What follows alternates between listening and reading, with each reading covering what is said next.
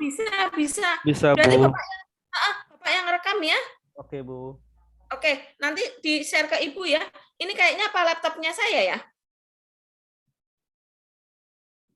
Tergantung amal-amalan, Bu.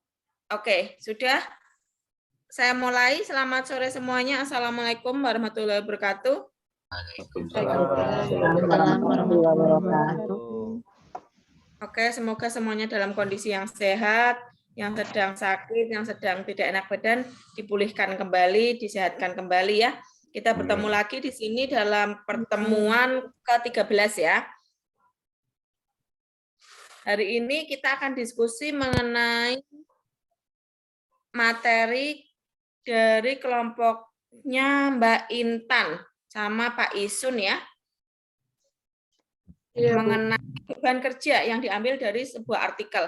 Mungkin nanti Mbak Intan bisa share juga artikelnya ya, artikel yang aslinya ya untuk kita pelajari, kita lihat, padu padankan dengan yang di-sharingkan oleh Mbak Intan dan kelompoknya. Oke, silahkan Mbak Intan kalau mau share screen. Iya, Bu.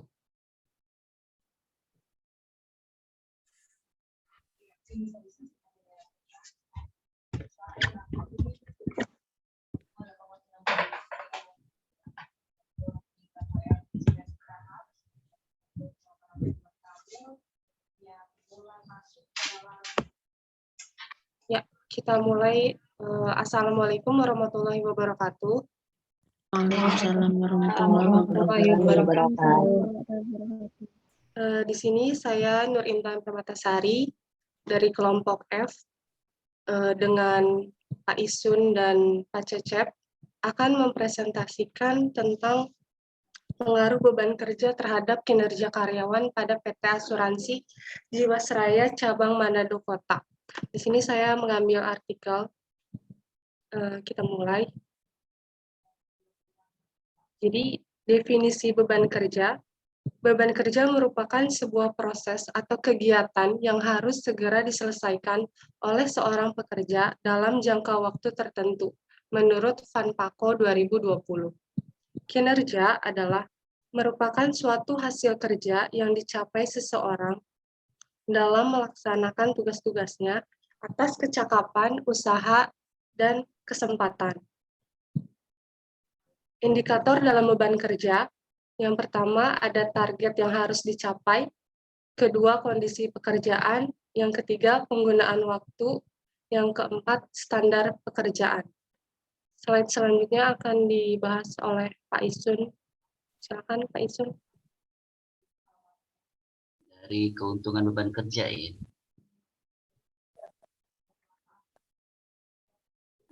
Untuk keuntungan beban kerja, langsung saja ya. Untuk keuntungan beban kerja buat perusahaan adalah meningkatkan kondisi kerja, kemudian memperbaiki desain lingkungan kerja, dan menghasilkan prosedur kerja sehingga lebih efektif. Selanjutnya, adapun tujuan beban kerja terhadap karyawan adalah perbaikan kinerja itu sendiri terhadap kebutuhan latihan dan pengembangan, kemudian pengambilan keputusan dalam hal penempatan promosi, mutasi, pemecatan, pemberhentian, dan perencanaan tenaga kerja. Kemudian membantu diagnosis terhadap kesalahan desain pegawai. Tentunya dengan keterbatasan atau terbatasnya pemaparan ini ya, ini juga akan menjadi salah satu pemancing ya, agar kita bisa lebih banyak ya untuk memberikan pendapat ya terkait masalah beban kerja ini. Saya sendiri secara pribadi hanya bisa mampu membaca dan membaca, Bu. Artinya dengan background saya yang bukan ekonomi gitu, ya terus ya berusaha untuk membaca ya terkait masalah beban kerja ini. Jadi terlalu banyak juga memang analisa-analisa yang bisa kita lakukan terhadap beban kerja itu sendiri, baik terhadap perusahaan maupun terhadap karyawan ya. Tentu ada salah satu kelebihan ataupun kekurangan ataupun keuntungan ataupun kerugian yang bisa dirasakan baik itu antara perusahaan dan karyawan terkait masalah beban kerja itu sendiri. Ya, dipersilakan bagi rekan-rekan ya untuk bisa mengomentari ya atau memberikan pendapat terkait masalah beban kerja itu sendiri. Terima kasih pemaparan dari saya. Oke, terima kasih Pak Isun dan Mbak Intan. Ini Pak Cacep belum join ya? Iya, Belum, Bu. Sulit saya hubungin juga tadi, Bu. Oke, ya. Bisa di-share juga artikel aslinya, Pak? Atau Mbak Intan? ini artikel asli. Gimana? Bentar. File nanti kita lihat itu artikelnya bisa nggak jadi referensi buat kita nanti ketika kita mengambil salah satu penelitian yang ada hubungannya dengan variabel-variabel yang tadi sudah dijelaskan mengenai beban kerja, kinerja.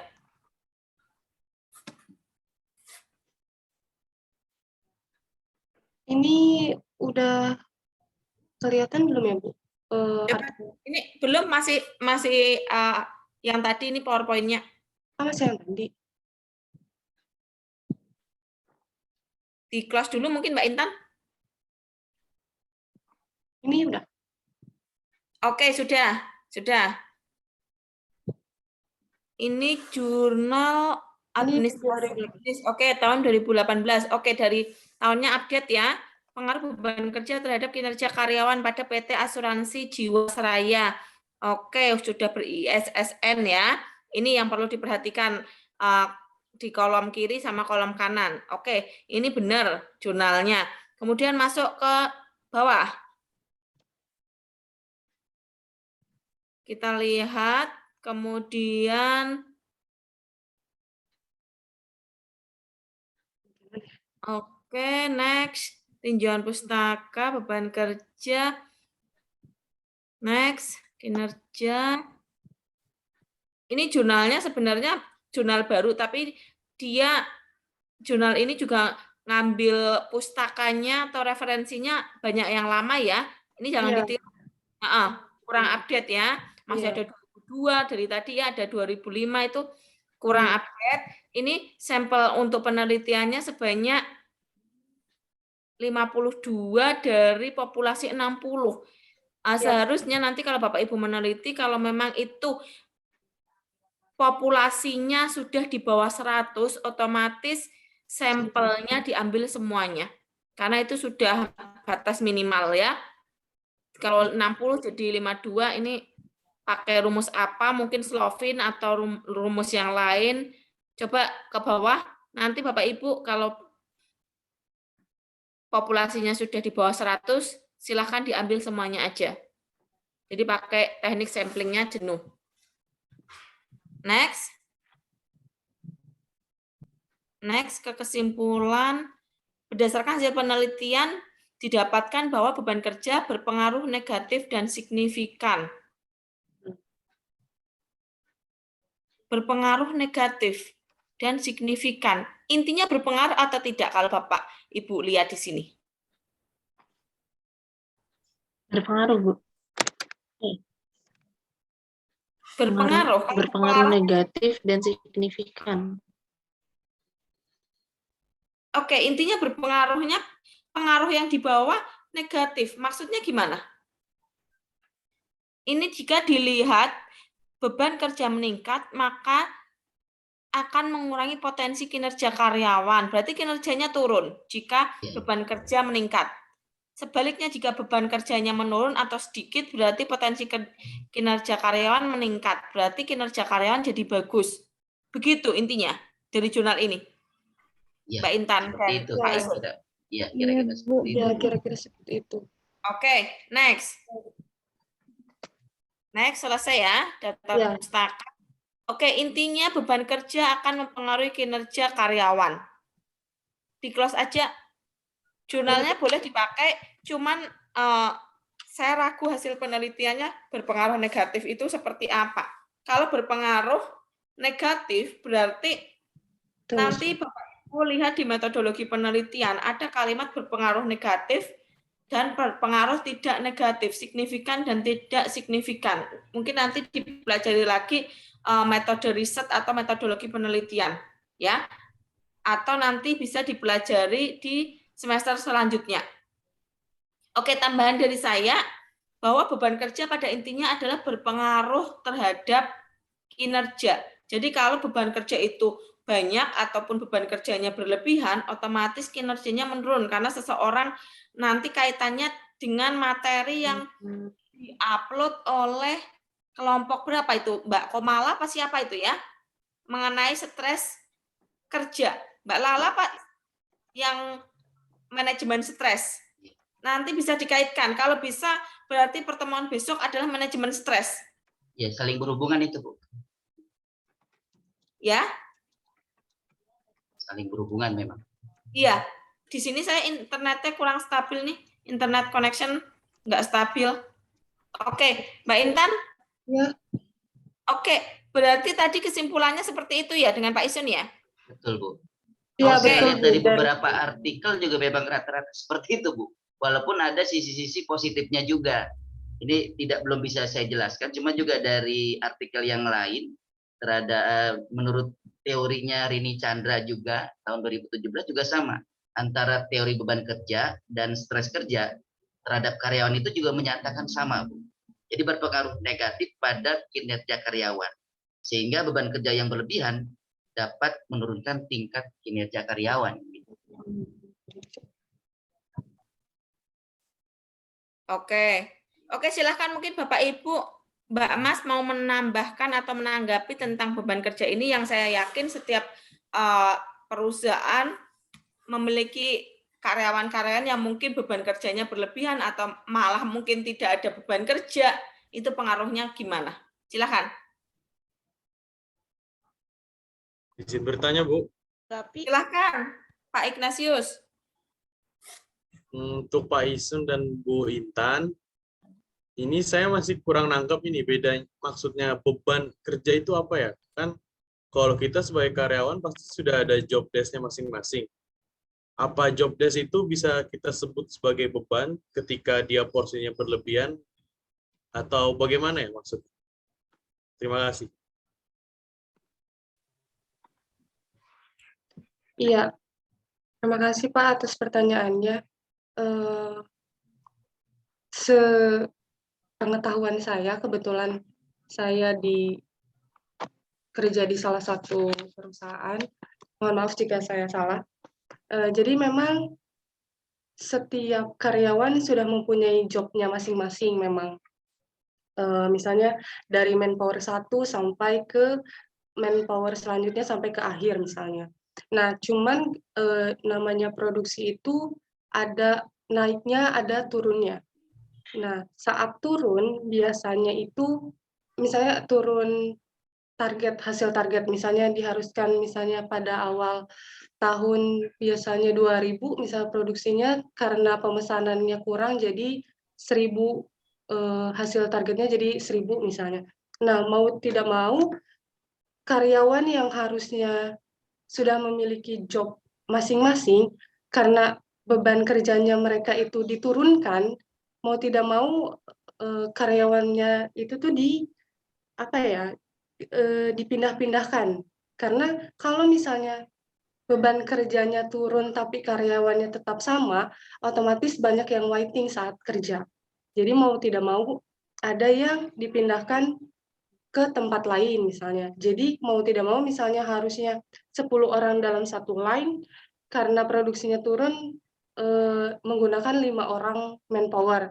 Nah, jadi beban kerja yang harusnya dia dikerjakan satu job, tapi karena produksinya turun, mau tidak mau dia harus mendapatkan job double task. Jadi seperti itu maksudnya beban kerja. Jadi harusnya dia mengerjakan satu job saja, tapi karena orang-orangnya dipindahkan, jadi kerjaannya temennya itu otomatis bakal dipindahin ke dia, jadi double gitu. Sepengetahuan saya seperti itu, Pak. beban kerjanya seperti itu.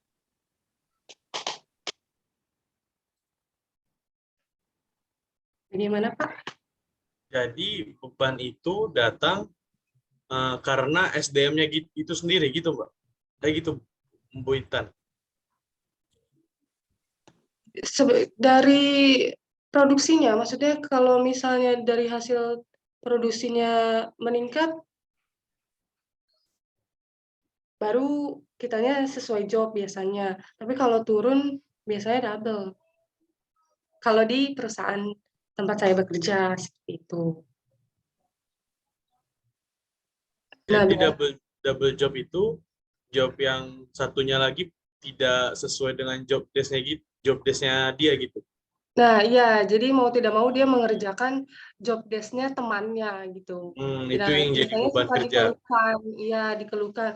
Biasanya saya ngerjainnya cuma satu, kok sekarang jadi 2 sih, jadi double, jadi triple gitu. Biasanya kan namanya pekerja kan ada beda-beda gitu kan. Jadi ada yang menerima, ada yang protes juga. Cuman kan kita mengikuti peraturan di perusahaannya itu seperti apa. Kalau misalnya kita lagi turun produksi, ya mau tidak mau kita harus melakukan kebijakan seperti itu gitu agar tidak terjadi whiting saat pengerjaan. Begitu Pak. Baik Bu, terima kasih. Iya, sama-sama. Oke, silahkan. Mungkin ada lagi yang mau menambahkan, memberikan pendapat. Jadi memang sengaja ya saya tambahkan, jadi memang di dalam membahas makalah ini kan memang kita memaparkan hanya kesimpulan-kesimpulannya saja gitu. Cuma artinya dengan kita melemparkan bola, ya mudah-mudahan kita bisa mengembangkan materi yang mau kita bahas ini. Ya sebenarnya secara lebih spesifik bahwa beban kerja itu sendiri bisa kalau kita mau spesifikkan bisa bermakna negatif atau bisa memberikan merasa manfaat yang negatif kepada karyawan, tetapi bisa juga beban kerja itu memberikan manfaat yang positif kepada karyawan. Di sini kan sudah dijelaskan terkait dalam masalah penempatan promosi. Bisa jadi ketika seorang karyawan itu akan mendapatkan promosi, maka sebagai konsekuensinya, ya sebagai bentuk prestasi dia diberikan beban kerja tambahan sebagai satu tantangan bagi diri dia. Nih, mungkin seperti itu yang saya ketahui. Yang kedua, ketika beban kerja itu diberikan diberikan kepada perusahaan dari perusahaan, dan jika itu memberikan satu keuntungan buat perusahaan itu sendiri, otomatis juga akan memberikan pengaruh yang positif bagi si karyawan itu sendiri. Gitu ya. Jadi ini makanya sengaja pemaparan ini kan kita lempar bola supaya kita bisa lebih luas di dalam membahasnya. Saya kira itu aja kali Bu ya, tambahannya. Oke. Ada lagi? Beban kerja itu kan ada yang fisik ya, ada yang non fisik atau yang psikis ya, yang mental. Mungkin bisa ditambahkan Pak Isun maupun yang lain, beban kerja ini apa saja gitu loh, contoh-contohnya yang mungkin akan memberikan kinerja itu menjadi buruk atau bahkan meningkat. Kalau fisik kan itu terlihat ya, rasa capek gitu kan karena beban kerja yang berlebihan. Tetapi kalau psikis, kalau mental misalnya,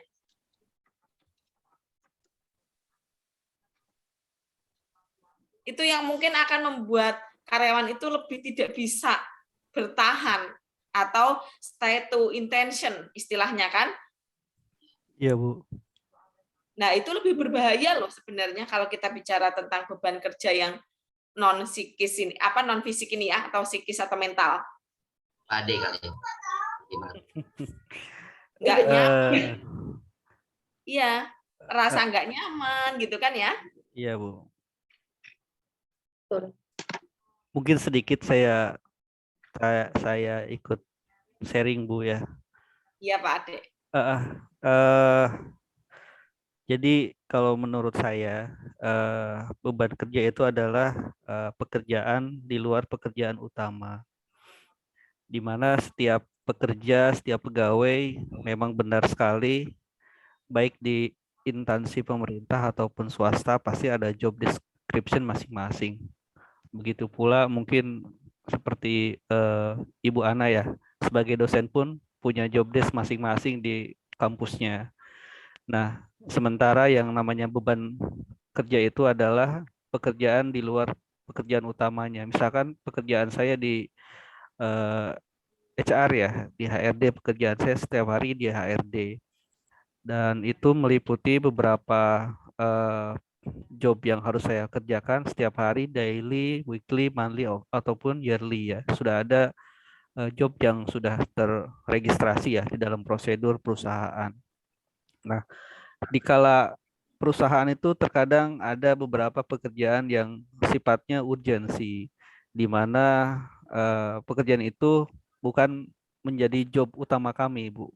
Contohnya misalkan saya harus tiba-tiba karena mau ada meeting dengan shareholder, saya harus bikin shareholder meeting. Saya harus membuat satu laporan di mana laporan itu akan dipertanggungjawabkan pada saat meeting shareholder meeting gitu kan, Bu. Nah, di situ letak beban pekerjaan yang saya dapatkan di pekerjaan utama saya. Adapun di produksi betul sekali yang disampaikan Bu Intan tadi, terkadang saya juga melihat di karyawan kami, itu betul sekali ada kalanya karyawan diberikan beban kerja yang melebihi batas yang sudah ditetapkan. Misalkan kita kan sudah hitung satu orang karyawan direct, kita ada yang namanya karyawan direct dan indirect. Kalau karyawan direct itu karyawan yang menghasilkan produk, sementara yang indirect itu adalah supporting. Nah, yang terlihat sekali pada saat kita melihat pekerjaan di karyawan direct, di mana sebelumnya misalkan targetnya satu orang menghasilkan 100 produk. Tapi karena ada kalanya target produksi dikarenakan planning produksinya tinggi atas permintaan customer, maka targetnya dinaikin. Yang tadinya 100 menjadi 200. Nah, itu secara fisik. Kalau yang non fisik yang seperti saya bilang tadi, Bu, biasanya saya tidak mengerjakan, saya harus mengerjakan sesuatu yang bukan pekerjaan saya. Ataupun pekerjaan yang baru yang harus saya kerjakan. Nah, mungkin sedikit saya sharing, hal ini sudah kita antisipasi, Bu, supaya tidak nantinya jadi stres buat karyawan itu sendiri dan itu bahaya untuk perusahaan. Kalau orang sudah stres, biasanya orang sudah tidak tidak enjoy, tidak happy bekerja. Kalau orang sudah tidak happy, biasanya orang akan pindah bekerja ke tempat lain. Nah, itu ada yang namanya kita stress check, Bu.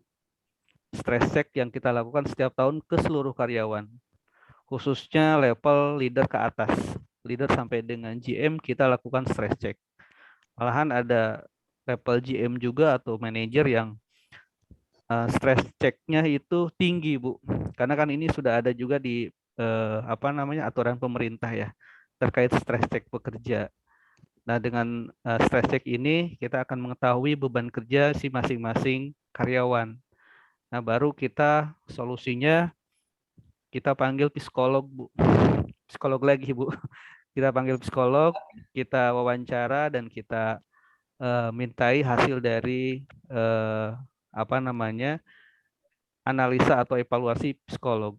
Nah, baru setelah itu kita akan analisa kembali job-job apa yang pantas buat yang bersangkutan dan apakah dengan beban kerja tersebut mengganggu terhadap kinerjanya atau tidak itu, Bu. Mungkin itu tambahan dari saya, Bu. Terima kasih, Bu. Oke. Terima kasih Pak Ade. Itu real yang ada di tempatnya Pak Ade ya. Iya, Bu. Oke, mungkin di tempat yang lain, di tempat perusahaan Bapak Ibu yang lain, mungkin mau sharing-sharing, yang mungkin bekerja di pendidikan juga itu kaitan dengan stres mengajar dan dampaknya kepada murid itu juga bisa.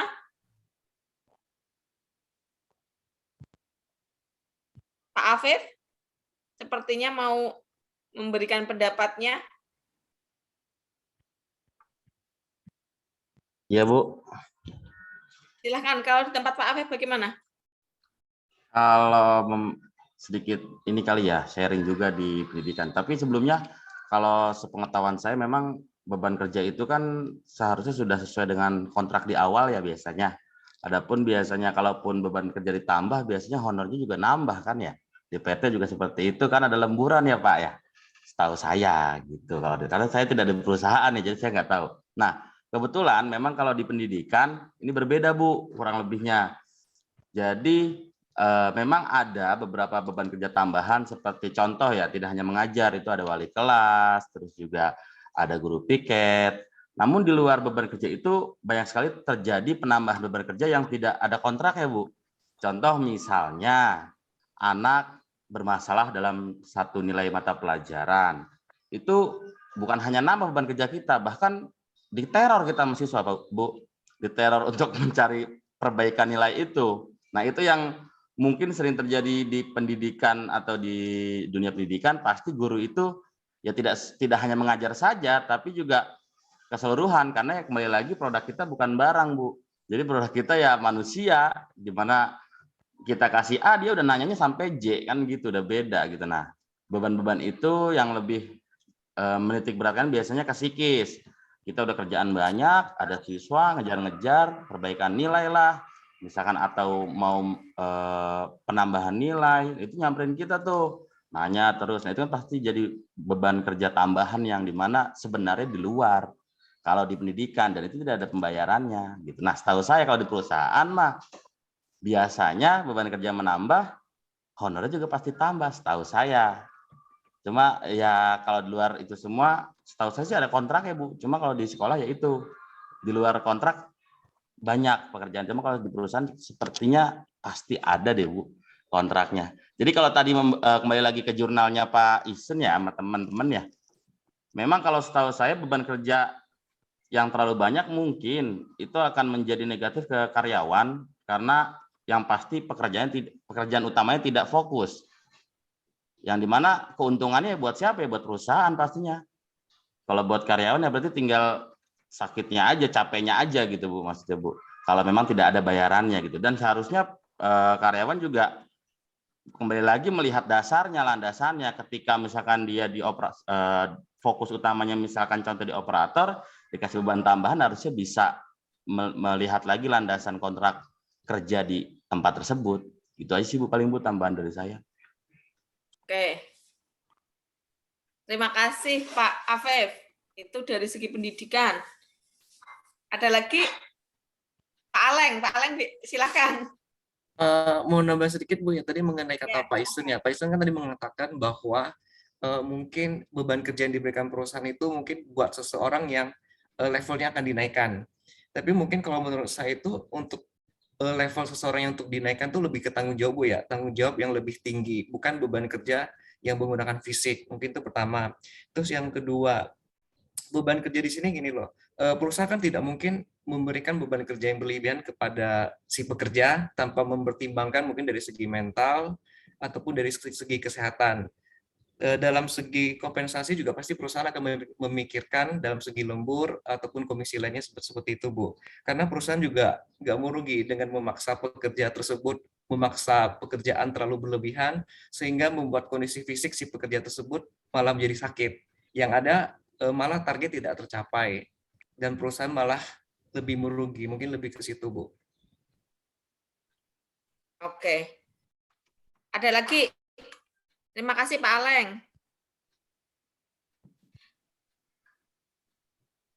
Kalau kita melihat ya, mungkin saya tambahkan sedikit, kalau kita melihat seseorang itu, oh ini beban kerjanya berlebihan atau dia tidak ada beban kerja, bagaimana kita HRD ataupun mungkin pemimpin atau yang lain bisa melihatnya? Adakah mungkin yang bisa jadikan indikator mungkin ya beban kerja, kalau kita penelitian indikator beban kerja apa, atau mungkin indikator dari orang itu memiliki beban kerja berlebih atau kurang beban kerjanya, itu bagaimana kalau Bapak Ibu melihatnya? Kalau stres kan mungkin nampak ya dari wajahnya, atau mungkin dia malas-malesan, atau mungkin dia sudah tidak bersemangat lagi, bahkan mungkin output yang dihasilkan produktivitasnya nggak ada, karena dia sudah benar-benar lelah secara fisik maupun psikis misalnya. Kalau beban kerja, itu kita bisa melihatnya, oh dia beban kerjanya berlebihan kok. Seharusnya misalnya dikasih sebuah penghargaan, atau mungkin dikurangi beban kerjanya. Ini bagaimana? Kita bisa melihatnya mungkin, kalau di tempat Bapak Ibu.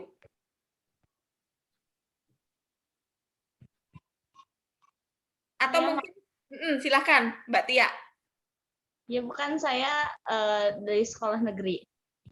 Ya, jadi kalau yang saya alami banyaknya tuh kalau di sekolah negeri seperti yang tadi Pak Hafif sudah bilang, banyak pekerjaan tambahan, tapi memang tidak ada reward-nya dalam bentuk apapun. Jadi seringnya tuh saling lempar tanggung jawab beban kerja itu. Nah, yang paling kena tuh biasanya yang anak baru. Anak baru. Kerja baru. Kayak bekerja baru. Yang ya istilahnya masih baru, jadi masih belum paham aturan di sekolah tersebut. Seperti itu. Jadinya banyak yang udah dulu, yang lebih dulu itu lebih membebankan ke baru. Kalau misalnya untuk melihat beban kerja, apa sih kalau misalnya kita ngelihat, oh misalnya guru itu beban kerjanya banyak. Kalau yang saya alami itu sikap terhadap karyawan lain. Jadi tanpa sadar tuh orang yang punya beban kerja lebih banyak pasti akan terlihat jutek atau judes terhadap sesama yang lainnya. Seperti itu. Yang baru saya alami. Makasih. Oke. Ini juga berdasarkan pengalaman di lapangan ya, Mbak Tia ya. Jadi terlihat atau indikator dia beban kerjanya berlebih itu mungkin dari wajahnya ya, nggak bersahabat. Wah, ini sudah hubungannya pasti dengan stres kerja. Makanya tadi mungkin ini bisa dikaitkan dengan manajemen stres. Bagaimana seseorang ketika diberi beban kerja yang berlebih, tapi dia menikmatinya gitu loh. Tidak menimbulkan stres, atau bahkan dia merasa, nggak apa-apa, ini memang mungkin saya memang diberi kelebihan untuk menyelesaikan masalah atau kerja yang berlebihan. Jadi enjoy.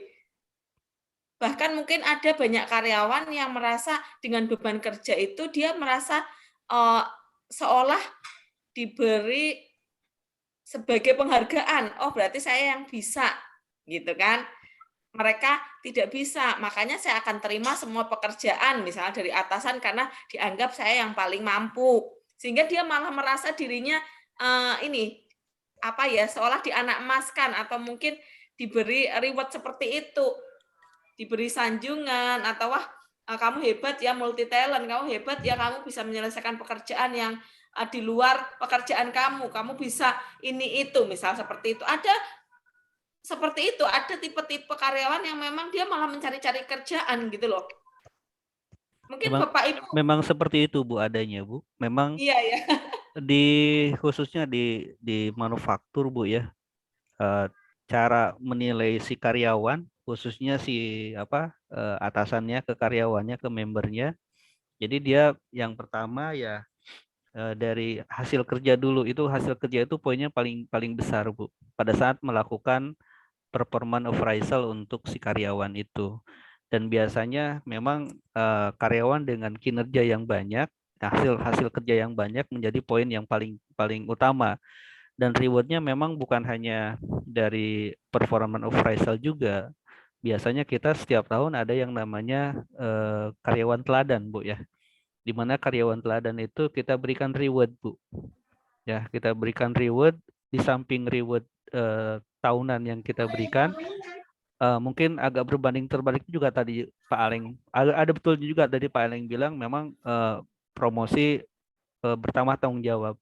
Tapi di tempat kami juga di samping bertambah tanggung jawab, tapi dari hasil kerja yang lebih banyak, lebih maksimal daripada yang lainnya.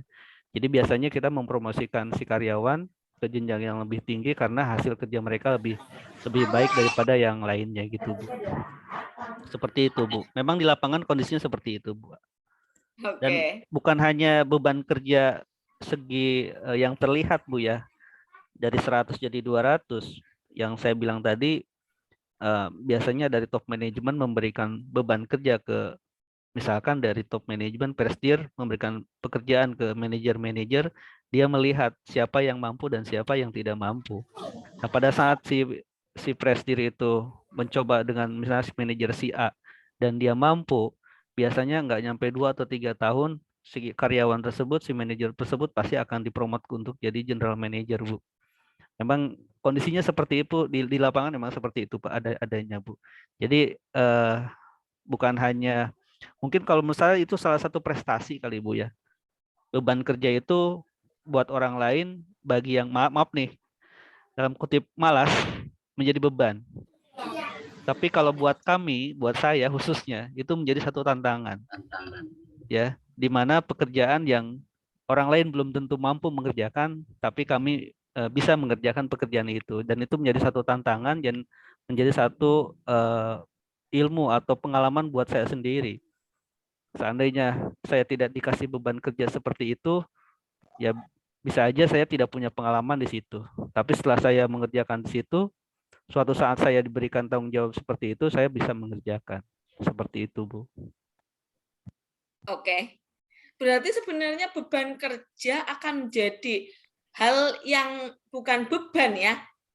Beban kerja menjadi sebuah kata beban karena dia merasa berat kan, tetapi ketika dilaksanakan dengan enjoy berarti itu bukan lagi beban kerja. Walaupun tangan, Bu.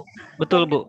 Setuju, Bu. Itu tergantung dengan si membernya atau karyawan itu sendiri. Bagaimana menyikapi sebuah pekerjaan yang lebih yang dibebankan kepadanya. Karena yang saya analisa juga di perusahaan ya, langsung di lapangan, Bu. Itu saya selalu nanya sama anak-anak operator. Pada saat saya ketemu di smoking area atau di mana, kamu kalau lembur terus, apa nggak capek? Nggak apa-apa, Pak. Justru saya dengan adanya lembur ini saya senang, gaji saya tambah gede. Seperti itu Bu adanya, Bu. Saya bilang kalau kamu capek, bilang biar kamu nanti tidak overtime. Jangan Pak, nanti saya nggak dikasih overtime, malah gitu Bu. Jadi seolah-olah pekerjaan yang diberikan kepada si karyawan itu malah karyawannya senang. Dia diinginkan sama si karyawan itu sendiri gitu Bu. Yang diharapkan mereka memang ada overtime, beban kerja ditambahkan, buat mereka nggak masalah. Seharusnya kan office hours itu jam 8 sampai jam 5 sore mereka udah pulang. Itu layaknya sesuai dengan permen ya, bahwa 40 jam dalam 1 minggu gitu kan. Tetapi yang terjadi saat ini lebih dari 40 jam, mereka malah menikmati kondisi itu. Karena memang beban kerja ditambahkan, pekerjaan ditambahkan, tapi mereka pun mendapatkan benefit yang lebih. Bukan hanya overtime, transport juga ditambahin, uang makan juga ditambahin, dan itu menjadi satu pemasukan yang lebih buat si karyawan itu sendiri itu, Bu. Seperti itu, Bu. Pak, ini Bu, sekalian menambahkan, Bu. Ya, silakan Pak Iwan. Masalah beban kerja mungkin ya setuju sama Pak Ade ya. Satu sisi sebagai beban bagi karyawan yang nggak menikmatin atau nggak ada benefitnya, Bu. Contohnya nggak langsung dapat benefit. Kalau langsung dapat benefit kayak lemburan sih semangatnya 45, Bu. Ya, kalau kaitannya sama sudah mata apa uang gitu ya udah beda ya, betul, Pak ya. Bu. Kalau umpama beban kerja itu maksudnya gini, masih panjang, maksudnya rencana 3 bulan, 6 bulan, setahun pasti menjadi beban buat mereka. Mereka maunya kalau dikasih beban lebih, ya benefitnya beda. Tapi kan tiap perusahaan belum tentu bisa ya Bu ya. Contohnya lah, dia dikasih beban kerja untuk ikut training. Padahal ilmu dia nambah. Memang saat itu dia nggak bisa langsung dapat benefit. Ditambahin uang, mungkin perlu proses lah. Anggap aja 3 bulan, 6 bulan, ataupun setahun. Nah, itu yang jadi masalah gitu loh Bu. Jadi, mau di-trainingin nggak mau alasannya, lah, saya nambah kerjaan Pak, nggak dapat apa-apa gitu. Kecuali langsung nambah apa-apa, pada semangat. Ya memang tiap perusahaan kan beda-beda. Kedua yang tadi beban kerja yang kita enjoy, yang dinikmatin aja lah. Toh nanti ujungnya kita pasti akan dapat lah. Nggak tahu kapan ya Bu ya, karena ilmu kita nambah. Suatu saat pasti akan ada lah gitu loh Bu. Itu sih yang mungkin yang pertama aja yang tadi yang kita dapat beban kerja, tapi benefitnya nggak langsung, itu mungkin banyak yang keberatan itu. Menurut saya juga ngalamin, punya anak buah juga kayak gitu. Di tempat lain waktu dulu saya kerja juga sama. Malah kalau di training juga nambah kerjaan, nggak dapet apa-apa, bilang gitu. Gitu, Bu. Ya Bu, jadi saya sanksi juga nih ke artikel yang dibuat itu. Iya, iya. Apa perlu saya bikin perbandingan artikel yang langsung berhubungan langsung dengan apa namanya, dengan kondisi yang aktual di lapangan seperti apa yang terjadi. Kita bisa melakukan survei, bisa melakukan apa namanya, pertanyaan langsung, wawancara ke karyawan dan lain-lain. Sebenarnya dengan beban kerja itu ya, bagi orang yang semangat kerja itu satu penghargaan buat mereka. Tapi bagi karyawan yang malas, ya, yang hanya pulang dan gaji gitu kan, pulang kerja gaji, pulang lagi, jadi ya mungkin itu menjadi satu beban buat mereka itu kan. Ya mungkin saya perlu bikin perbandingan, bikin artikel bahwa sebenarnya beban kerja itu bisa memberikan keuntungan, benefit bagi si individu itu sendiri ataupun bagi perusahaan. Karena kalau di sisi perusahaan, Bu ya, kalau di sisi perusahaan sebenarnya kita juga tidak mau memberikan beban kerja yang berlebih kepada karyawan. Malahan kita bikin satu, misalkan ada tambahan produksi dari customer untuk memproduksi sekian, dari 100 menjadi misalkan dari satu bulannya 1000 menjadi 5000 misalkan itu, Bu. Nah, kita itu sudah memprediksi dari sebelumnya, Bu, berapa kebutuhan karyawan akan kita rekrut, berapa shift yang akan kita lakukan. Nah, tapi sebelumnya kan kita diskusi juga dengan si karyawan itu, mereka mau ngerjain sendiri ataukah kita menambah karyawan. Dan biasanya respon dari karyawan ini aktual, Bu, di lapangan. Respon karyawan, kalau misalkan Bapak nambah karyawan berarti kami tidak punya lembur dong, Pak. Janganlah, Pak, kasihan anak istri kami, Pak. Saya lebih baik lembur daripada Bapak nambah karyawan. Nah, di situ kan bisa dilihat, Bu. Itu wawancara langsung, saya langsung ke karyawan. Ya, bahwa karyawan menikmati beban kerja yang diberikan kepada mereka karena mereka pun mendapatkan benefit dari pekerjaan itu. Seperti itu, Bu. Tambahan, Bu. Silahkan, Pak Afef. Ya, kalau menurut saya tadi menanggapi sedikit dari Pak Ade ya. Kalau mungkin kalau yang nanya Pak Ade pasti jawabnya iya semua, Pak. Karena kan atasannya. Oh enggak lah. Jadi subjektif banget ya. Objektif, Pak. Objektif, Pak. Jadi gini, Pak Ade, mohon maaf ya. Memang saya juga kan banyak teman-teman yang memang di perusahaannya. Dan memang ini faktual di lapangan ya. Memang teman-teman yang memang masih jadi operator menuju yang masih ada tahap selanjutnya ya. Maksudnya naik jabatan. Mereka itu kalau jujur-jujuran sama saya ketika nongkrong gitu, maksudnya saya bukan atasan mereka gitu. Memang tujuan utama mereka gesit adalah satu, harus bisa diperpanjang tahun depan kan gitu. Yang kedua pasti tujuannya mendapatkan citra baik di atasannya karena kan ada proses karyawan tetap dan lain-lain gitu ya. Cuman kalau memang tadi prosesnya seperti Pak Ade ditanya oleh atasan, pasti siap, Pak. Saya juga kalau tanya atasan siap. Soalnya kalau enggak besok nggak kepake, Pak. Pak Apip, sorry nih, saya ingin sedikit. Justru saya melakukan survei langsung, melakukan analisa evaluasi langsung ke karyawan itu langsung ke karyawan tetap. Ya, sementara karyawan kontrak itu kan mereka paling lama setahun atau 2 tahun gitu ya, mereka bekerja di perusahaan.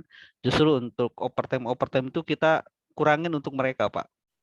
Hampir sebagian besar itu karyawan tetap yang kita berikan overtime. Ya, karena kita tidak apa namanya ya, sebenarnya di kami sih semuanya penilaian secara objektif, Pak, tidak ada yang subjektif ya, secara hasil kinerja ya, hasil kerja selalu objektif. Apa yang dihasilkan itu bisa ketahuan, bisa dimonitoring sama atasannya gitu, Pak. Jadi kalau misalkan penilaian, karena ini saya sering nanya itu bukan ke orang yang sama nih, Pak. Saya pastikan dengan orang yang berbeda pada saat dia lagi di musola, pada saat dia lagi di smoking area, pada saat dia lagi briefing, taiso, saya selalu menyempatkan komunikasi dengan mereka. Dan kalau misalkan planning produksinya makin tinggi, itu kan sebenarnya sinyal buat saya, Bu, persiapan saya untuk mengajukan proposal ke top management apakah ada tambahan orang atau tidak perlu itu kan. Nah, dari situ saya baru akan mengambil decision apakah saya perlu untuk tambah orang atau tidak setelah saya berdiskusi dengan si atasannya masing-masing di bagian produksi khususnya itu kan. Jadi ya sebenarnya itu Pak bagi orang-orang yang karyawan yang permanen Pak. Tapi memang yang permanen pun mereka berlomba-lomba Pak, berlomba-lomba karena kan promotion di kita itu terbuka luas Pak buat siapapun. Saya tidak melihat dia bawaan, dia tidak melihat adanya si saudaranya di sana dan lain-lain. Memang pure hasil kerja dan kondisi karyawan itu memang bagus dan sangat-sangat berguna sekali buat perusahaan gitu Pak. Seperti itu Pak Afif. Ya, siap Pak Ade. Tapi mungkin kalau ini ya Bu, sedikit lagi. Kalau mungkin saya lari ke real saya juga gitu. Saya kan juga di negeri juga, bekerja di negeri sekolah negeri juga. Memang ada yang sifatnya juga tetap PNS ya.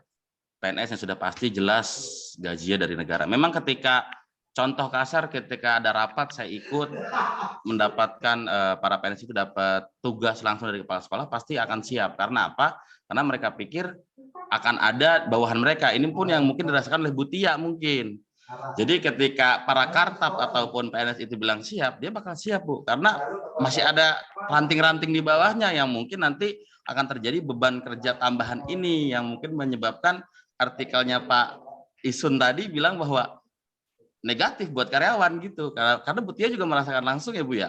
Ketika memang dikasih pressure dari senioritas, bahasa dari yang sudah kartap ataupun kalau di pendidikan itu PNS, masuk Bu Intan ya, yang itu. Iya. Jadi kalau misalkan balik lagi ke artikel tadi, memang ada betulnya juga Bu, maksudnya negatif juga ke karyawan kalau memang sifatnya beban kerjanya tambahan dan tidak ada bayarannya. Tapi kalau semua ada bayaran, saya yakin siap Bu. Saya juga siap kalau dikasih tambahan. Izin bertanya Bu. Oke, Mbak Siti mau bertanya ini. Iya. Oke, silakan Mbak Siti. Menanggapi pendapat Pak Ade, yang berarti kan korelasinya dengan keuntungan beban kerja untuk perusahaan ya Pak ya, yang ada di PowerPoint tadi.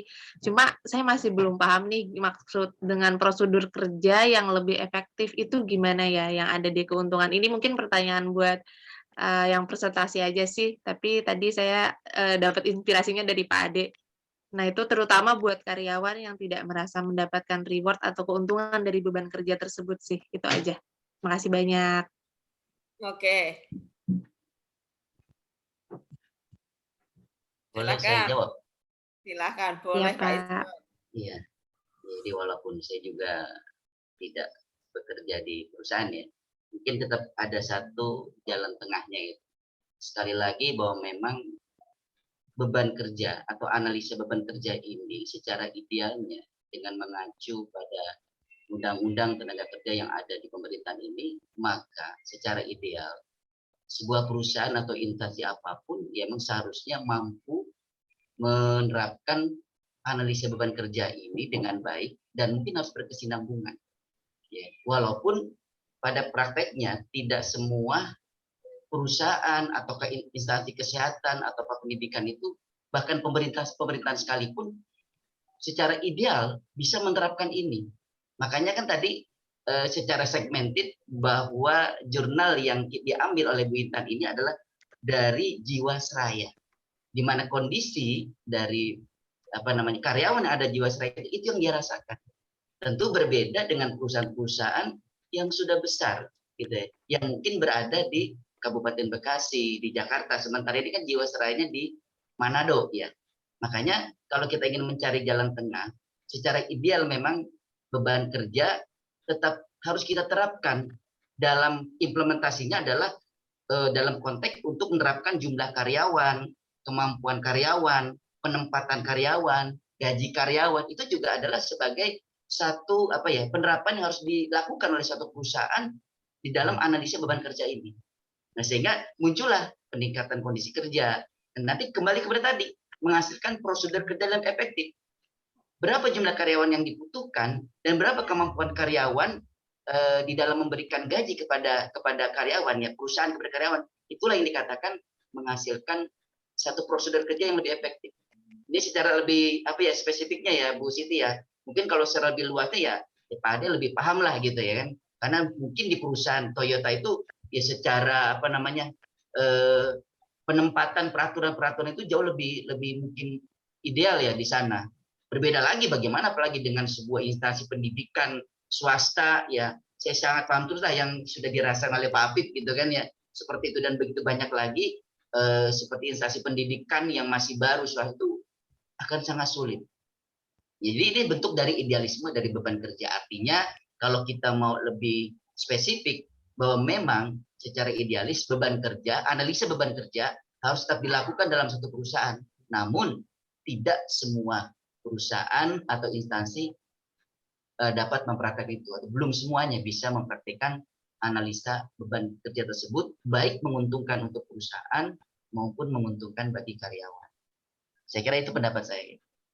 Kalau boleh, saya tadi juga dengar dari kata Pak Ade, beberapa karyawan mungkin ada yang dalam tanda kutip malas ya. Nah, kalau misalnya malah beban kerja tersebut membuat karyawan produktivitasnya menurun tuh gimana Pak? Itu kan jadi prosedur kerjanya tidak efektif ya. Yang artikelnya tadi kan kata negatif ya. Itu bukan beban kerja Bu, mungkin beban perusahaan jadinya Bu. Nah, ya itu gimana tuh Pak? Kalau karyawan yang seperti itu tuh kan tidak bisa menghasilkan prosedur kerja yang efektif dong kalau misalnya produktivitasnya menurun. Kita ada yang namanya mutasi, rotasi, ada yang namanya demosi, ya Bu ya. Nah, disitulah letak kami HRD menganalisa karyawan, kondisi karyawan saat ini. Pada saat karyawan itu merasa jenuh, berarti saya harus mencoba untuk memutasikan karyawan itu. Kalau ada karyawan yang tidak beban kerjanya sedikit malas, mungkin kita akan rotasi ke bagian lain. Maaf Pak Ade, saya potong ya. Iya Pak, berarti silakan. kan artinya analisa beban kerja itu di dalam satu perusahaan harus terus dilakukan secara berkesinambungan gitu ya Pak Ade?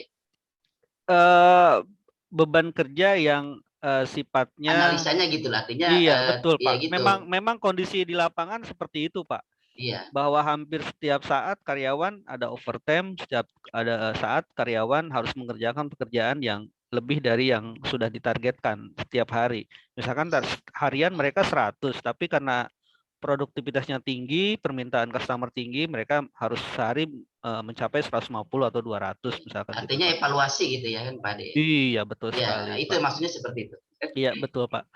Terus yang tadi yang Bu Siti sampaikan, bagaimana menyikapi seandainya ada karyawan yang malas dan karyawan yang beban kerja sedikit dan malas. Yaitu nanya langsung ke praktisinya nih. Itu Bu Siti, di perusahaan kita ada yang namanya rotasi, mutasi, demosi. Bagi karyawan yang punya jabatan dengan kondisi seperti itu, ya siap-siap kita demosi Bu. Demosi itu adalah penurunan jabatan. Karena tanggung jawabnya tidak sesuai dengan apa yang sudah ditetapkan. Misalkan dia seorang leader tapi dia tidak bisa menempatkan diri sebagai seorang leader, ya apa boleh buat, kita akan demosi menjadi operator kembali. Begitu pula supervisor, manajer ataupun GM. Kita bisa melakukan itu, Bu.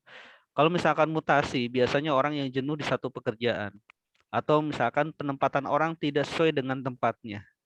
The right man on the right place. Misalkan dia dulunya seorang quality control, tapi pas kita hire karena kita butuh operator produksi, dia dijadikan sebagai operator produksi. Otomatis hasil kerjanya tidak sesuai dengan yang kita harapkan. Pasti kita akan analisa kenapa dia tidak bisa menghasilkan produk sesuai dengan yang kita harapkan, tidak sama dengan orang lain. Kita gali, ternyata dia mantan quality dulunya. Ya kita akan mutasi ke bagian quality supaya apa? Pekerjaannya sesuai dengan apa yang dia kemampuannya sesuai dengan apa yang dia skillnya itu sama itu Bu. Jadi penempatan orang itu harus sesuai dengan jobnya, dengan kemampuannya, dengan skillnya. Atau misalkan kita rotasi, biasanya kalau kita rotasi itu dia di tempat yang lama sudah bosen. Nah, itu akan menurunkan kinerja dia. Ya, karena bosan, terus sudah mungkin pingin di suasana baru, kita akan rotasi. Misalkan merotasi dari purchasing, saya rotasi ke bagian Jisuken. Purchasing kan bagian pembelian, Jisuken kan bagian improvement. Nah, itu Bu. Jadi kita tidak memberikan punishment dulu, Bu. Punishment itu kita berikan bagi orang-orang yang melakukan pelanggaran. Tapi bagi orang-orang yang kinerjanya kurang, ya di samping rotasi mutasi demosi, itu berpengaruh juga terhadap performance appraisal. Setiap tahun kita lakukan penilaian karyawan, itu akan berpengaruh sekali. Pada saat dia kinerjanya turun, beban kerjanya kurang, hasil kerjaan tidak bagus, otomatis siap-siap dapat nilai C atau nilai D. Ya, seperti itu Bu Siti. Terima kasih banyak Pak Ade. Emang kalau praktisi beda ya jawabannya langsung dari lapangan. Oke. Oke, tadi sekilas saya dengar tadi Pak Isun bicara juga tentang analisa beban kerja tadi yang harus dilakukan secara terus-menerus ya. Dan ini kan penting sekali. Mungkin tadi kan sudah Pak Afif jelaskan, beban kerja kan sudah ada kan ininya standar beban kerjanya segini gitu kan. Nah, analisa beban kerja ini bagaimana Pak? Siapa nih? Pak Isun lah. Saya. Belum banyak yang bisa saya baca, Bu. Cuma memang dari sedikit yang saya baca, secara keseluruhan, bahwa setiap perusahaan itu memang banyak melakukan analisa beban kerja. Kan kalau itu ada rumusannya kan, Bu ya. Misalkan kalau teori beban kerja kan X1, kemudian stres kerja berarti X2 gitu kan. Kemudian karyawannya simbolnya Y gitu. Artinya banyak perusahaan itu yang memang juga selalu melakukan analisa beban kerja gitu di setiap perusahaannya, di perusahaan-perusahaan tertentu gitu kan. Nah, tujuannya adalah itu tadi untuk peningkatan hasil, baik itu menguntungkan buat karyawan ya maupun juga terhadap perusahaan itu sendiri. Jadi biar menguntungkan terhadap perusahaan itu sendiri maupun terhadap karyawan. Secara umum seperti itu. Pak Isun, Ya. sorry Pak. Ya, itu yang tadi artikel Bapak. Mungkin saya mau sedikit menarik kesimpulan. Sepertinya yang di Jiwasraya itu beban kerjanya karena beban kerja yang diberikan kepada si karyawan tersebut tidak ada efek benefit buat si karyawan itu, Pak. Iya. Nah, sehingga menyebabkan kinerjanya menurun itu, Pak. Sepertinya seperti itu. Ya. Karena kalau di perusahaan-perusahaan rata-rata di manufaktur beban kerja yang ada benefit. Sama di sekolah juga begitu kan ya Pak Afif? Ya mungkin seperti itu Pak Afif. Makanya jadi, gini Pak, tadi saya juga menarik Pak Ade, mungkin juga kita belum membuat comparison juga gitu. Kita buat satu penelitian ya, penelitian yang lain kan ya. Itu kan di Manado ya, itu kan di Manado. Ya nanti saya buatkan di Karawang Pak, beban kerja Karawang ya di manufaktur. Mungkin besok Pak. bisa kita bahas gitu. Siap. Pak, nanti saya buatkan artikelnya nanti Pak. Iya, buat kita jadi ada perbandingan gitu. Ya Bu. Oke, nanti ini bisa dijadikan sebuah penelitian. Ini malah nanti akan jadi gap kalau Pak Ade bisa cari, nggak usah Pak Ade misalnya membuat penelitian tentang pengaruh beban kerja ditambah dengan variabel lain, ya terserah dari Pak Ade di lapangan di tempatnya Pak Ade terhadap kinerja karyawan. Dan Bapak menemukan salah satu artikel di situ. Intinya artikelnya berbeda dengan artikel yang Pak Isun share tadi ya, Pak Isun dan Mbak Isun tadi share. Berarti bahwa beban kerja itu tidak berpengaruh terhadap kinerja atau beban kerja berpengaruh positif. Intinya adalah dengan beban kerja itu malah meningkatkan kinerja. Ya, yang betul. Di tempat Pak Ade kan seperti itu kenyataan di lapangan. Ini bisa dijadikan sebuah penelitian ketika gap itu terjadi antara teori dan kenyataannya berbeda.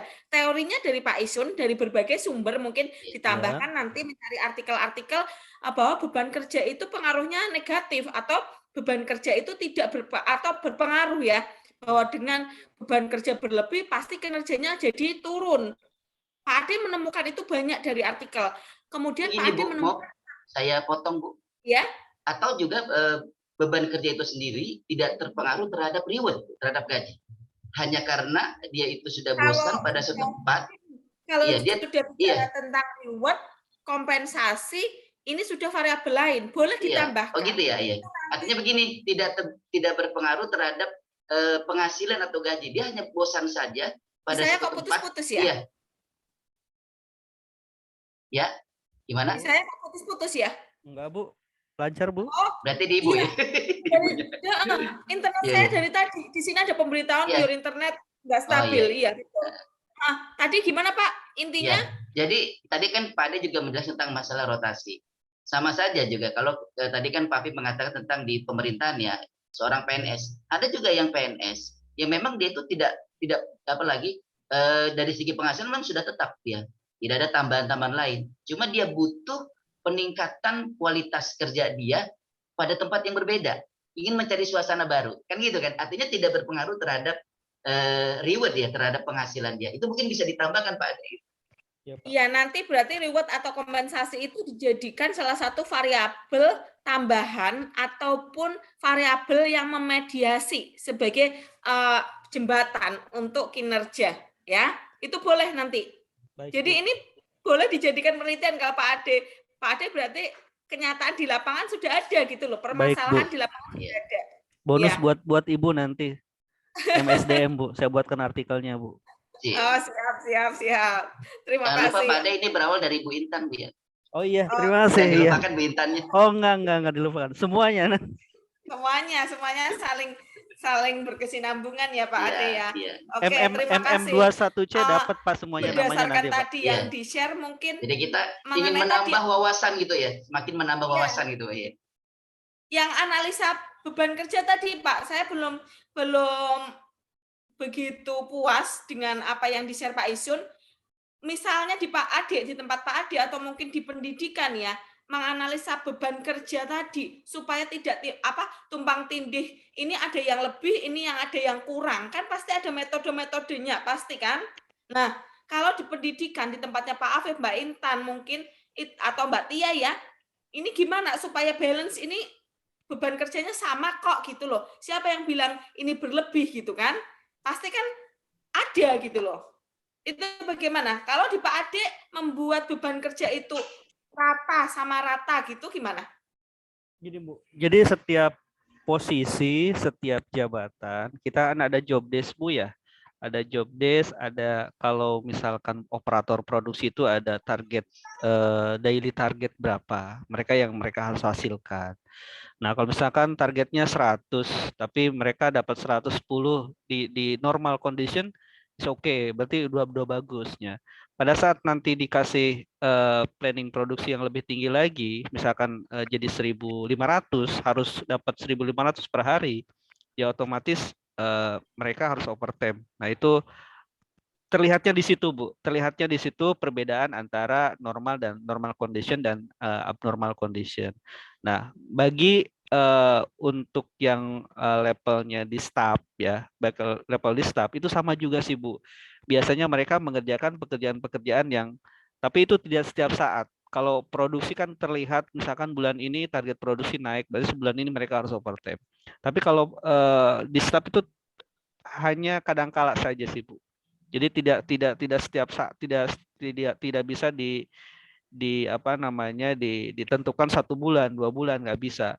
Biasanya staff ataupun yang lainnya itu mereka ada beban kerja berlebih pada saat akhir bulan dia bikin closing report. Atau misalkan bagian marketing dia akhir bulan, atau misalkan 3 bulan sekali mereka harus stock taking. Nah, mereka kan itu beban kerja yang bukan pekerjaan utamanya, tetapi mereka harus mengerjakan pekerjaan itu, dan mereka biasanya bisa kerja lembur sampai jam 9 atau 10 malam, Bu, untuk mengerjakan itu. Karena target dari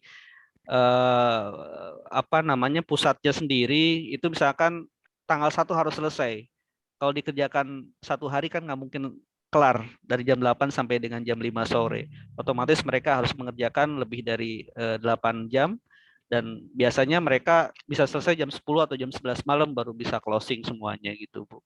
Mungkin kalau dikasih waktu lagi tanggal 3 atau tanggal 4, sepertinya tidak perlu kita kasih beban kerja yang lebih buat mereka. Tapi karena ini pun karena tuntutan dari manajemen harus tanggal 1 selesai, otomatis tanggal 30 sore, 30 malam itu sudah harus selesai. Karena besok paginya tanggal 1 pagi laporan sudah harus dikirim ke pusat itu, Bu.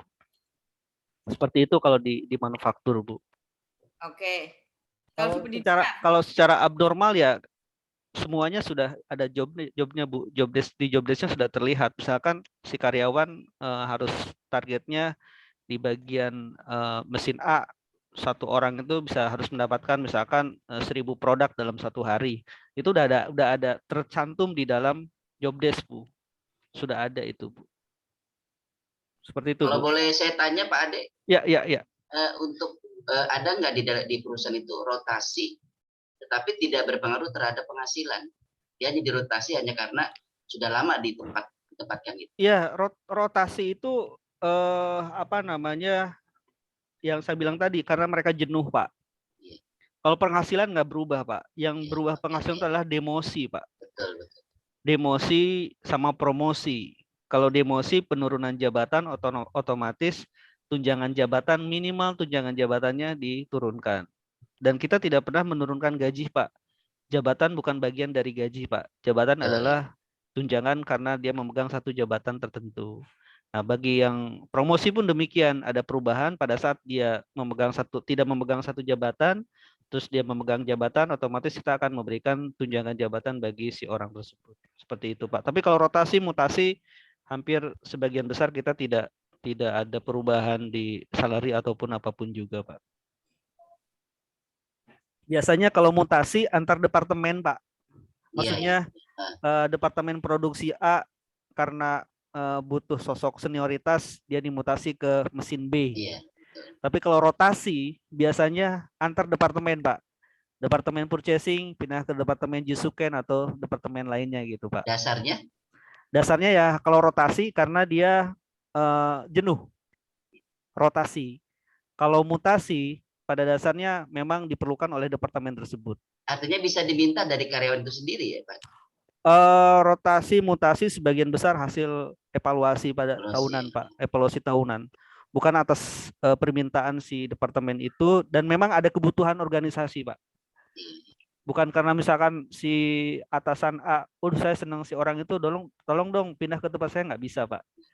Kalau organisasi tidak membutuhkan itu, tidak bisa, Pak. Karena itu kebutuhan organisasi dan setiap tahun kita akan review pada saat fiscal year berakhir.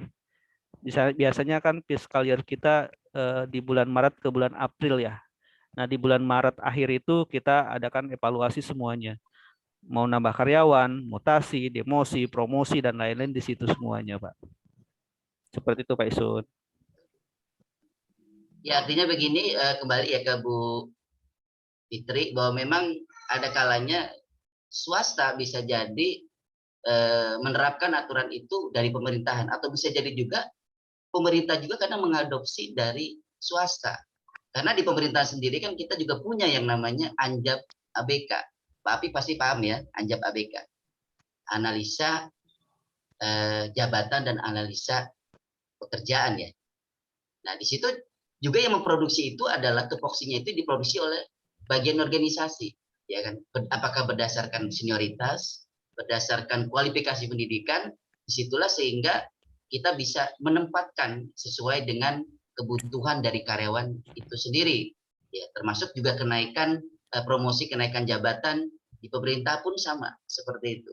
Semua berdasarkan analisa jabatan dan beban kerjanya. Makanya tadi saya bilang bahwa secara pada akhirnya nanti bahwa analisa beban kerja itu dan analisa jabatan itu harus dipraktekkan pada setiap instansi secara idealisnya. Walaupun tidak semua perusahaan atau instansi ada yang atau banyak yang mempraktekkan atau menerapkan peraturan tersebut. Iya, Pak Isun. Jadi overtime itu benefit dari beban kerja itu sekarang itu baru diimplementasikan di swasta, Pak ya. Mungkin perlu ditanyakan ke Pak Nadiem Makarim nih untuk yang PNS ini. Bagi yang ditambahkan beban kerjanya, PNS harus tambah juga itu benefitnya. Betul nggak, Pak Afif? Betul. Itu sebenarnya kalau di lapangannya, ya. Kalau di pemerintah itu berdasarkan ini Pak Afif, berdasarkan kemampuan dari daerah masing-masing. Oh ada juga Pak. Ada juga Pak. Oh berarti jadi di dalam sama. analisa jabatan. Maka tadi saya bilang kan tadi hampir sama kan.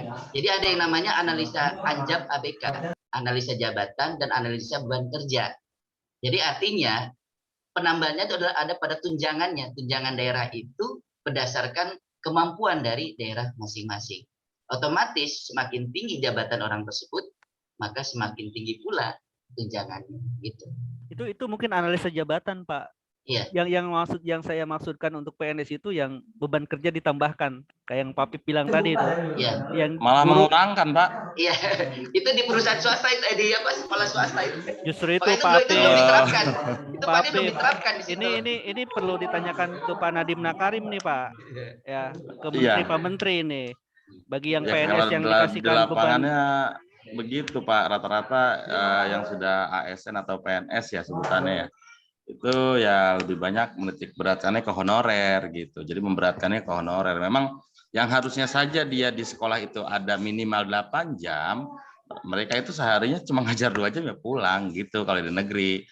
Nah, makanya terjadilah senioritas tadi saya bilang tadi, Bu Tia misalkan yang harusnya anak bermasalah diurusi sama PNS tersebut, tapi karena ada honorer seperti misalkan Bu Tia, ya nyuruh Bu Tia gitu. Ntar tolong diurusin gitu Bu Tia ya kurang lebih ya.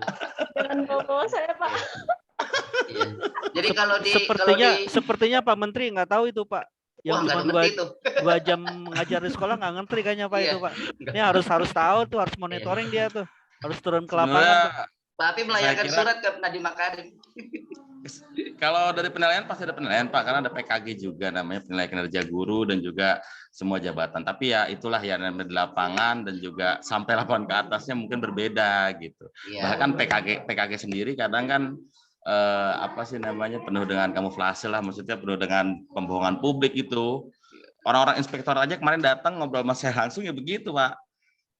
Dan inspektorat, iya inspektorat datang ngomel-ngomel. Asal jangan jual beli jabatan aja ya Pak ya. Makanya di lapangannya begitu, bahkan sekelas perusahaan pun beberapa teman saya yang di perusahaan dan memang sudah punya jabatan, mereka pun bilang bahwa ketika kerja itu bukan hanya nyari duit. Jadi nyari duit iya, nyari muka iya. Jadi kalau misalnya nyari duit doang, nggak nyari muka ya nggak bakal naik duitnya gitu katanya Pak. Emang Saya mukanya nggak- jatuh di mana? Di saya nggak berlaku Pak, sorry Pak. Iya, toh ya kan gitu. Kan temen saya itu. Iya. Ya tadi seperti yang saya katakan tadi Pak Ade, tidak semua perusahaan atau instansi menerapkan ya apa namanya peraturan-peraturan tersebut, termasuk masalah analisa jabatan beban kerja tadi. Oke. Saya mau menanyakan sedikit. Ini maaf, saya kok dari tadi saya mendengarkan tapi saya merasa nggak puas banget karena sinyal di tempat Putus-putus saya ya. putus-putus iya di tempat saya. BBB Bu. Saya mau menanyakan Bu terkait artikel Pak Isun tadi. Ya, silahkan Mbak Tia.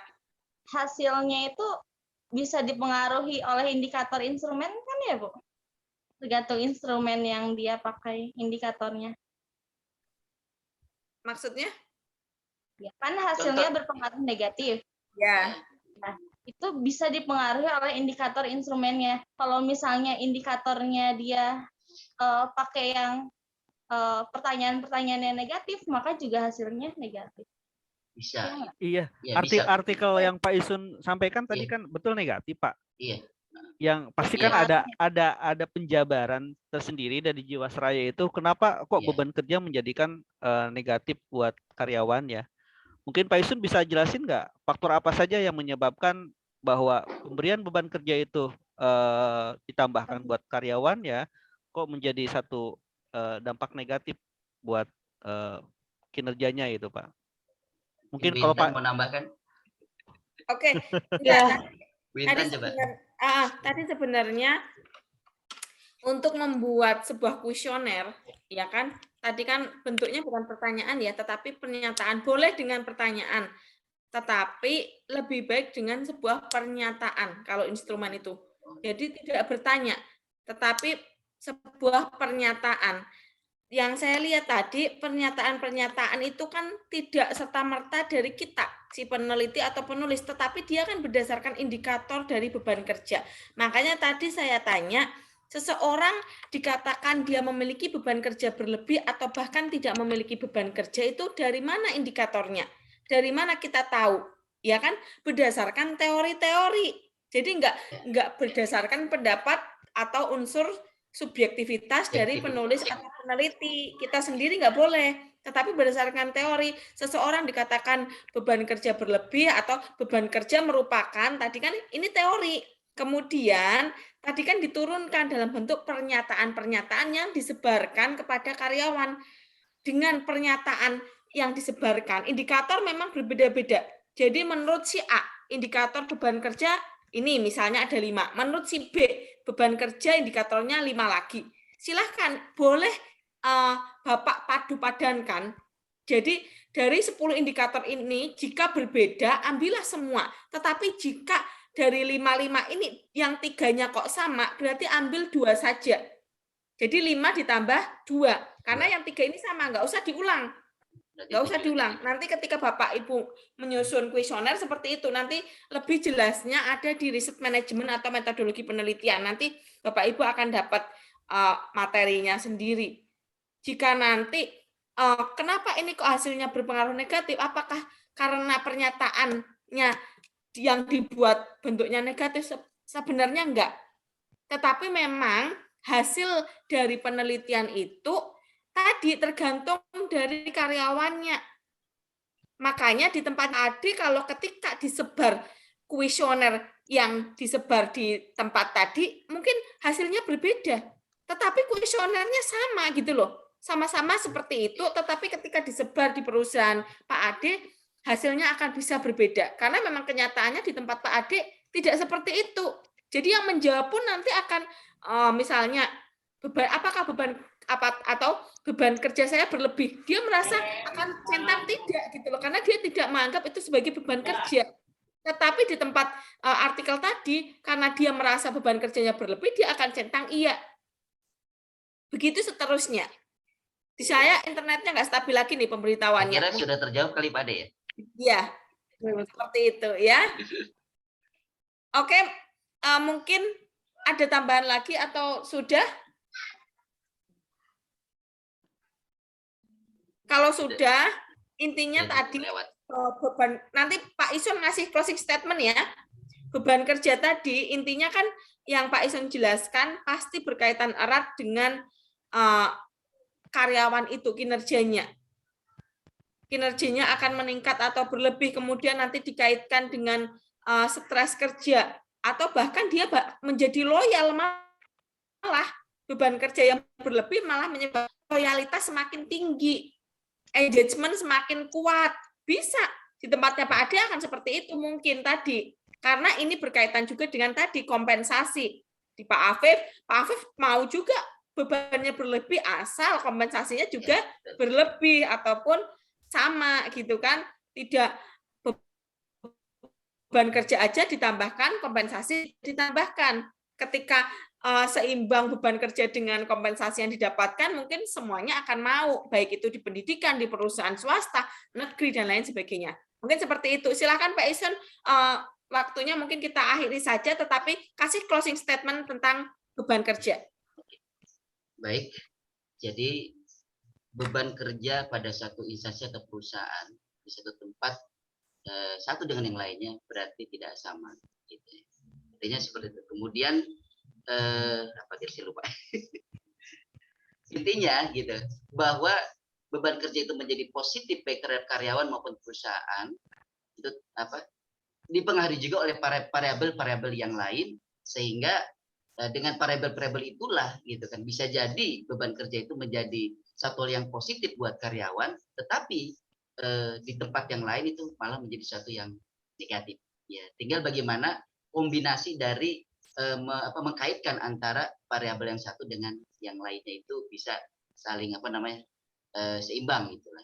Saya kira seperti itu. Sebenarnya.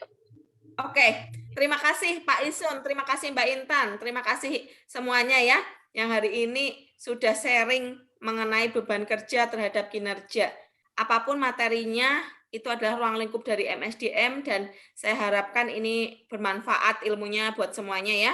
Sharing-sharing ini bisa menambah pengetahuan kita bagi yang kurang paham, kurang tahu, semakin tahu, yang sudah tahu semakin paham, dan kita bisa menjadi pemimpin-pemimpin atau bahkan mungkin kita bisa menjadi karyawan-karyawan yang lebih cerdas. Oh, ini beban kerja ini bermanfaat buat kita kok, atau beban kerja ini merugikan kita.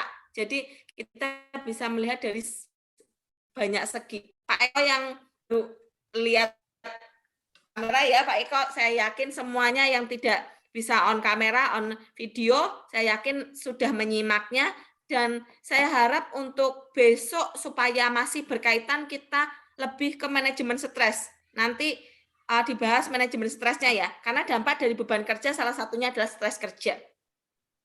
Oke, mungkin itu aja sharing sore ini, hari ini. Terima kasih semuanya. Saya screenshot sebentar ya, Bapak Ibu. Mbak Fulala, Mbak Citra, Pak Malik. Terima kasih semuanya, luar biasa. Oke. Selamat sore semuanya, sehat selalu. Semoga kita bertemu lagi di minggu depan dalam kondisi yang lebih baik ya. Terima kasih. Selamat sore, sehat selalu. Assalamualaikum warahmatullahi wabarakatuh. Waalaikumsalam. Terima kasih, Bu. Warahmatullahi wabarakatuh. Makasih, Bu.